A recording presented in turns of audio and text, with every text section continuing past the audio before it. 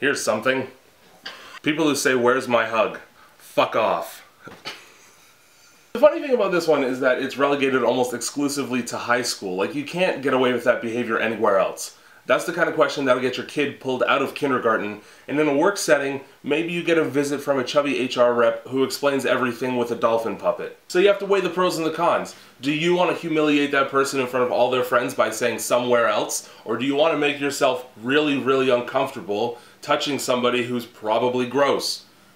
Where's my hug is kind of like teenage soft rape. You have to be careful falling into that trap because even though it starts as "where's my hug," most of the time it's going to end with "what's poking me." And if you want a hug, what's the alternative? Just taking one? Because that goes by an entirely different name. And it's a dumb sentence because the hug isn't missing. I'm not Sherlock Holmes who can finally give you the peace of mind that you need to sleep at night by locating once and for all your long-lost hug.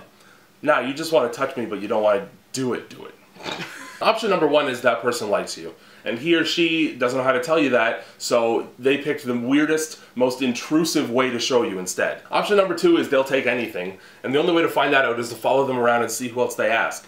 Maybe it's a little Johnny Appleseed, sending out feelers in every direction in the hopes that one of them will grow into a handjob in the bathroom between classes. But don't give in just because you feel embarrassed. You shouldn't be made to suffer just because nobody sang this kid a song about private parts when he was younger. Can you imagine being approached in a bar and being asked, "Where's my hug?"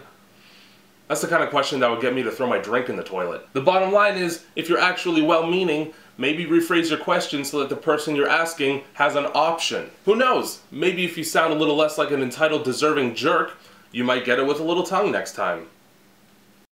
This is Here's Something, where you guys send me thoughts, words, questions, opinions, requests for advice, and I look at them and try to make them funny. If you want to see yourself on the thing, just put it in a comment, or you could also do it on Twitter or on my Facebook page, which is the one that I check the least. Also, there's a new shirt in the store. If you're interested in not just words, there's also a picture that it took me like 2 weeks to fucking draw. I have an app in the App Store where you can just look at all the things that I do on the internet in one place. It's free, and it's in the Google Play Store and the iTunes Store, so just look up UnderDetention there if you want it.